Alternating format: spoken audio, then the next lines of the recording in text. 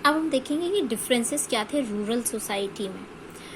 Rural society हमने देखा कि इतनी अच्छी अच्छी टेक्नोलॉजीज थी जो वो यूज़ कर रहे थे, टेक्निक्स की मदद से चीज़ें भी बढ़ रही थी, प्रोडक्शन भी बढ़ रहा था। बट अगर हम देखें तो बेनिफिट्स अनइवन थे।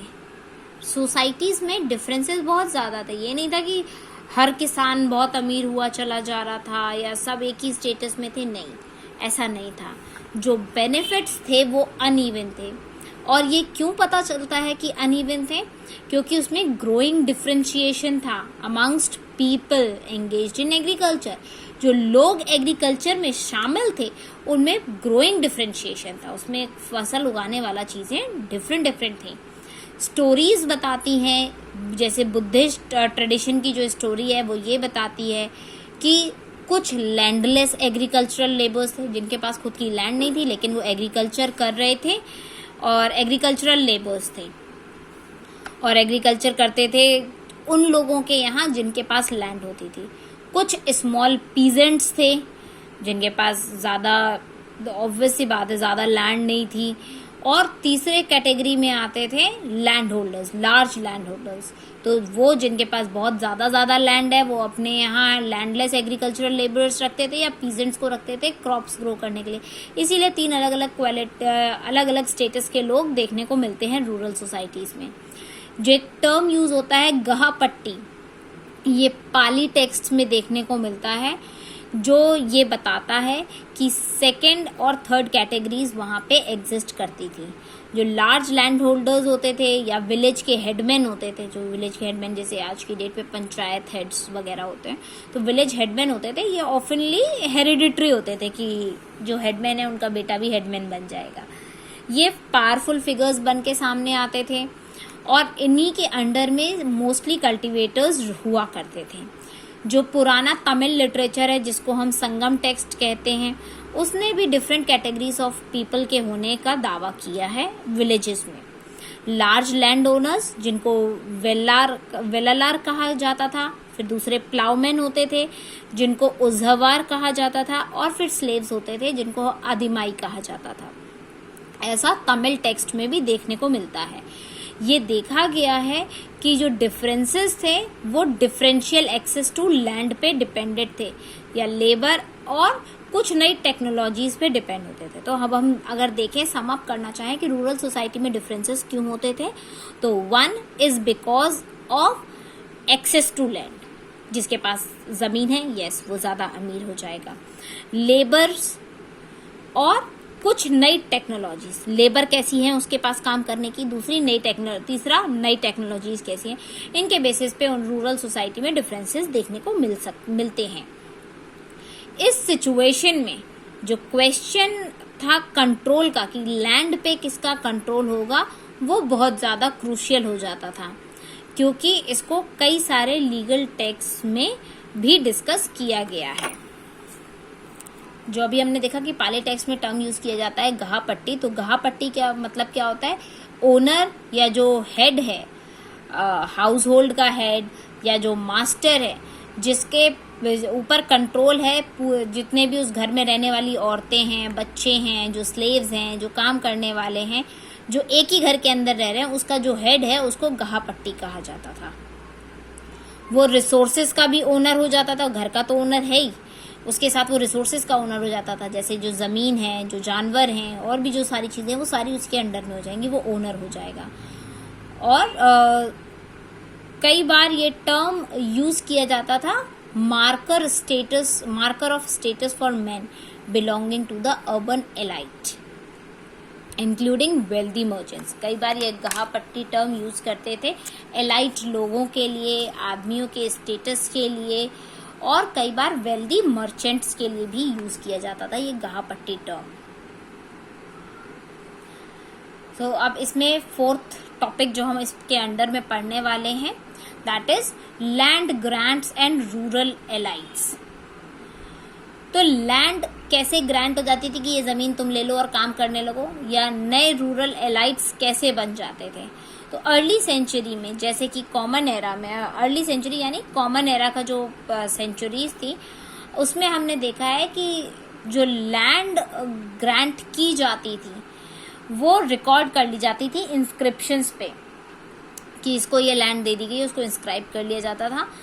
और ऐसे कुछ इंस्क्रिप्शन स्टोन्स भी हिस्टोरियंस को मिले हैं जो कि कॉपर प्लेट्स पे बने होते थे, जो ये रिकॉर्ड रखते थे कि ये ट्रांजैक्शन हुआ, अब ये ज़मीन इसके नाम हो गई। तो इसका रिकॉर्ड होना भी ज़रूरी होता था। ये कॉपर प्लेट्स पे देखने को मिलते हैं। हिस्टोरियंस को कई सारे ऐसे रिकॉर्ड्स मिले हैं और कई रिकॉर्ड्स अभी तक भी अवेलेबल हैं जो कि ग्रांट को दिखाते हैं, रिलीजियस इंस्टीट्यूशंस में रखे हैं या ब्राह्मणास के पास रहते थे, जो ये बताते हैं कि ये लैंड्स ब्राह्मण को दे दी गई हैं या रिलीजियस इंस्टीट्यूशंस को दे दी गई हैं। कई इंस्क्रिप्शंस संस्कृत में हैं।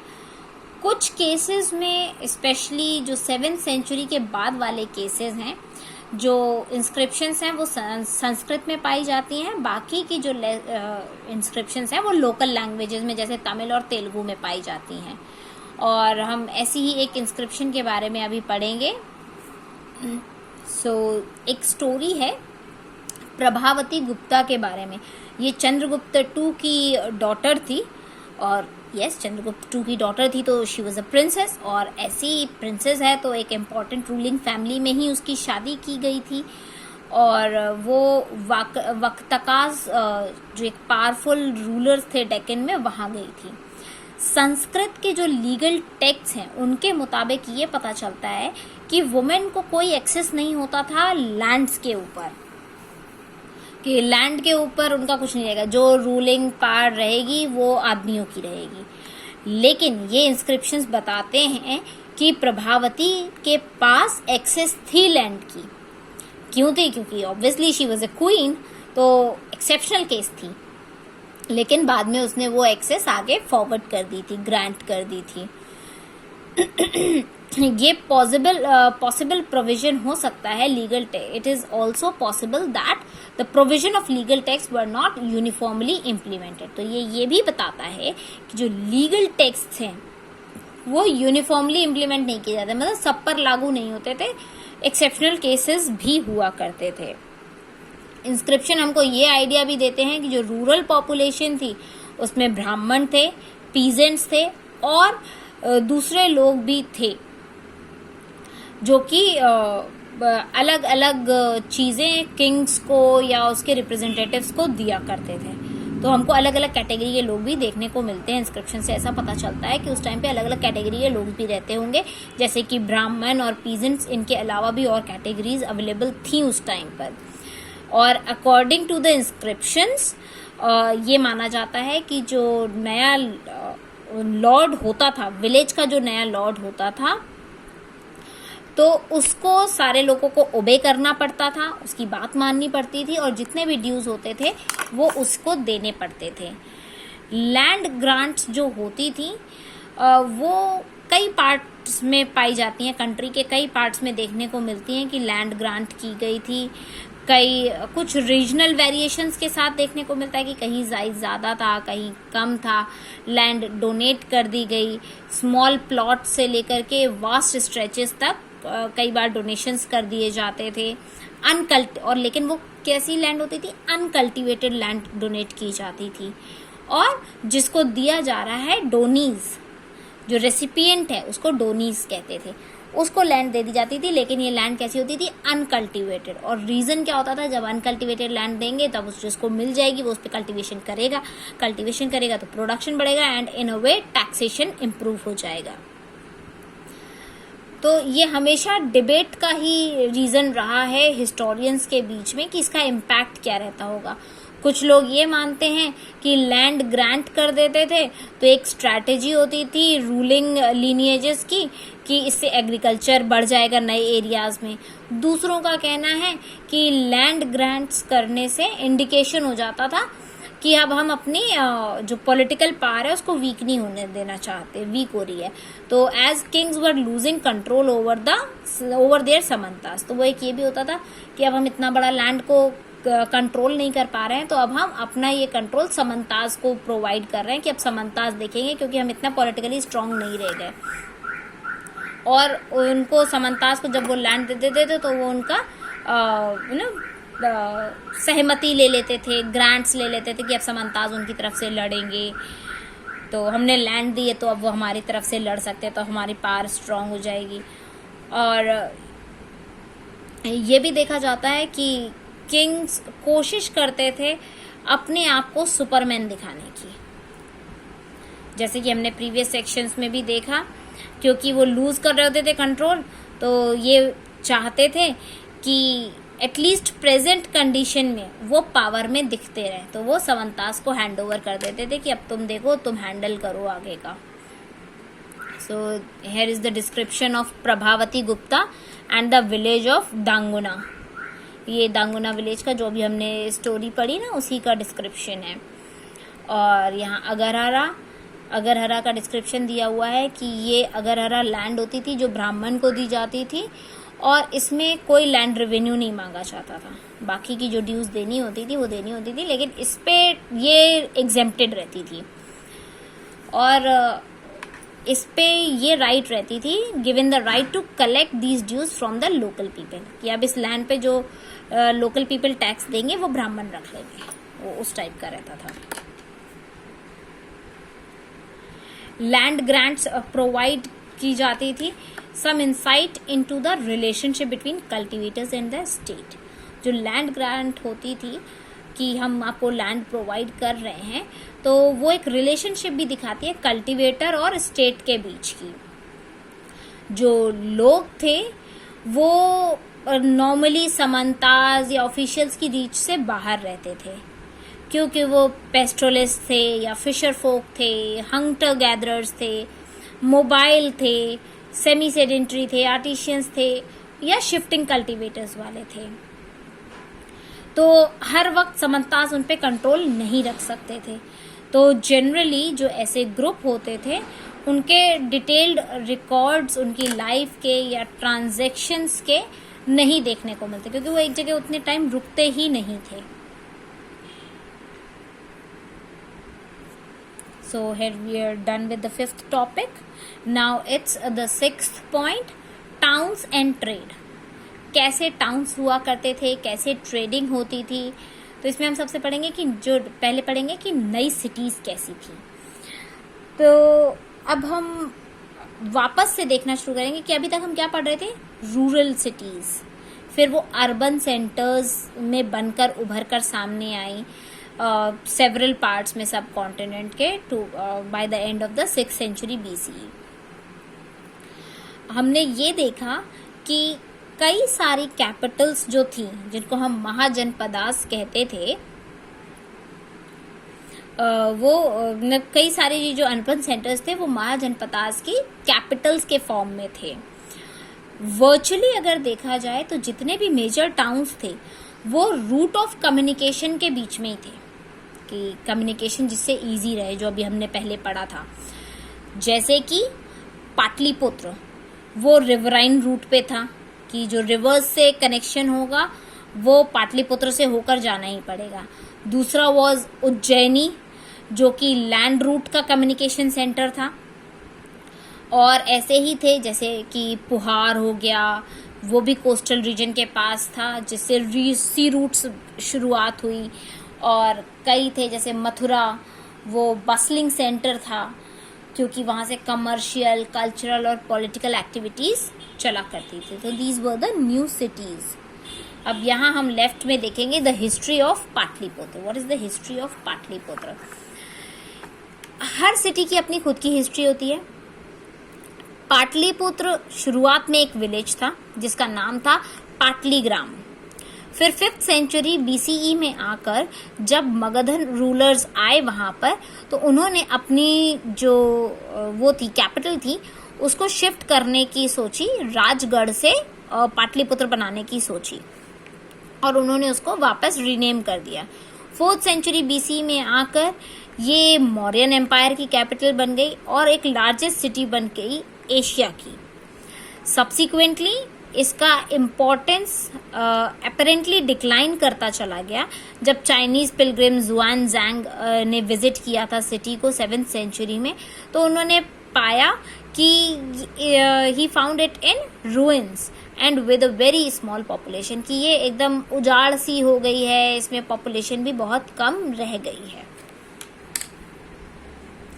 फिर अब देखेंगे urban populations and urban population. तो इसमें एलाइट्स और क्राफ्ट्स पर्सन्स हमको दो लोग देखने को मिलेंगे। तो हमने अभी देखा कि जो किंग्स थे, जो रूलिंग एलाइट्स थे, वो अच्छी अच्छी सिटीज़ में, बड़ी बड़ी सिटीज़ में रहते थे, महाजनपदाज में या उनके कैपिटल्स में रहा करते थे। Although it is difficult to conduct extensive excavations at most sites because people live in these areas even today, क्योंकि ऐसे सिटीज़ में जहाँ ये महाजनपदास थे या उनकी कैपिटल्स थी, वहाँ से इतना मेजॉरिटी में एक्सकेवेशन कर पाना नामुमकिन था हिस्टोरियंस के लिए, क्योंकि आज भी लोग वहाँ रह रहे हैं, जबकि हड़प्पन साइट्स जहाँ पर हैं वहाँ लोग नहीं रह रहे, तो वहाँ तो एक्सकेवेशन, खुदाई वगैरह सब की जा सकती है। लेकिन जहाँ पे अभी भी लोग बसे हुए हैं, रह रहे हैं, वहाँ तो पॉसिबिलिटी ही नहीं है ना कि आप एक्सकेवेशन कर पाओ। तो एक wide range of artifacts recover किया गया है इन जगहों से। ये इंक्लूड करता है pottery, bowls, dishes, glossy finish की चीज़ें, नॉर्दर्न ब्लैक पॉलिश्ड वेयर और कई सारी ऐसी चीज़ें जो शायद रिच लोग यूज़ करते होंगे, जैसे कि ornaments, tools, weapons, vessels, figurines और कई तरीके के कॉस्टली मटेरियल जैसे कि gold, silver, copper, bronze, ivory, glass, shell and terracotta. तो कॉस्टली मेटल्स निकलने का क्या मतलब है कि यहाँ पे ऐसे लोग रहते होंगे। यहाँ आप एक इमेज देख सकते हैं, ये मथुरा से मिली हुई इमेज है, जिसपे दिखाते हैं कि ये गिफ्ट में मिली हुई होगी, क्योंकि जो इसका पेडेस्टल रीजन है ये प्राकृत इंस्क्रिप्शंस लिखी हुई है इस पे, जो कि ये दिखा रही है कि एक वुमेन है जिसका नाम नगपिया है, जो कि एक गोल्डस्मिथ की वाइफ है, named Dharmakka, installed this image in a shrine, जिन्होंने ये इमेज एक श्राइन में रख दी थी। So this is map 3। कुछ इम्पॉर्टेंट किंगडम्स और टाउन्स इसमें दिए गए हैं।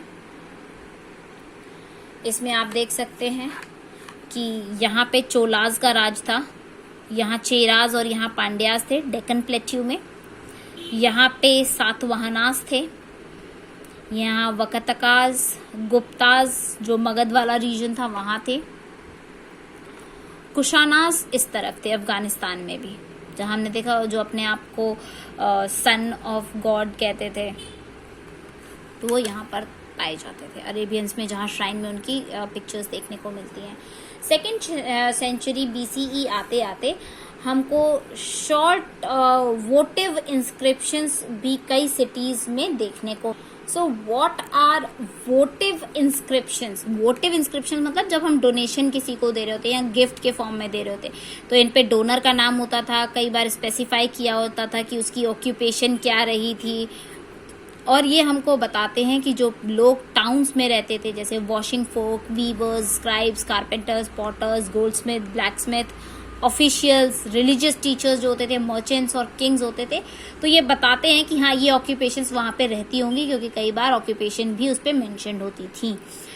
कई बार जो गिल्ड्स या श्रेनिस होते थे और जो ऑर्गेनाइजेशंस होती थी क्राफ्ट प्रोडक्शन की या मर्चेंट्स होते थे, वो भी मेंशन होता था। तो ये हमको पता चल जाता है कि ये लोग क्या क्या ऑक्यूपेशन वहाँ पे फॉलो करते होंगे।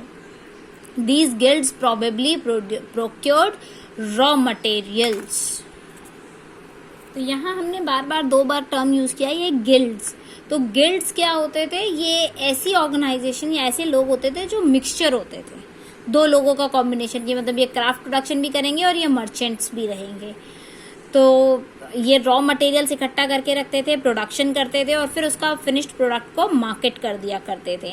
It is likely that crafts person used a range of iron tools. ये बताया जाता है जो क्राफ्ट पर्सन थे वो आयरन टूल्स को यूज करते थे, वेराइटी ऑफ आयरन टूल्स को यूज करते थे, जिससे कि वो अपनी जो डिमांड्स हैं अर्बन एलाइट्स की उनको फुलफिल कर सके।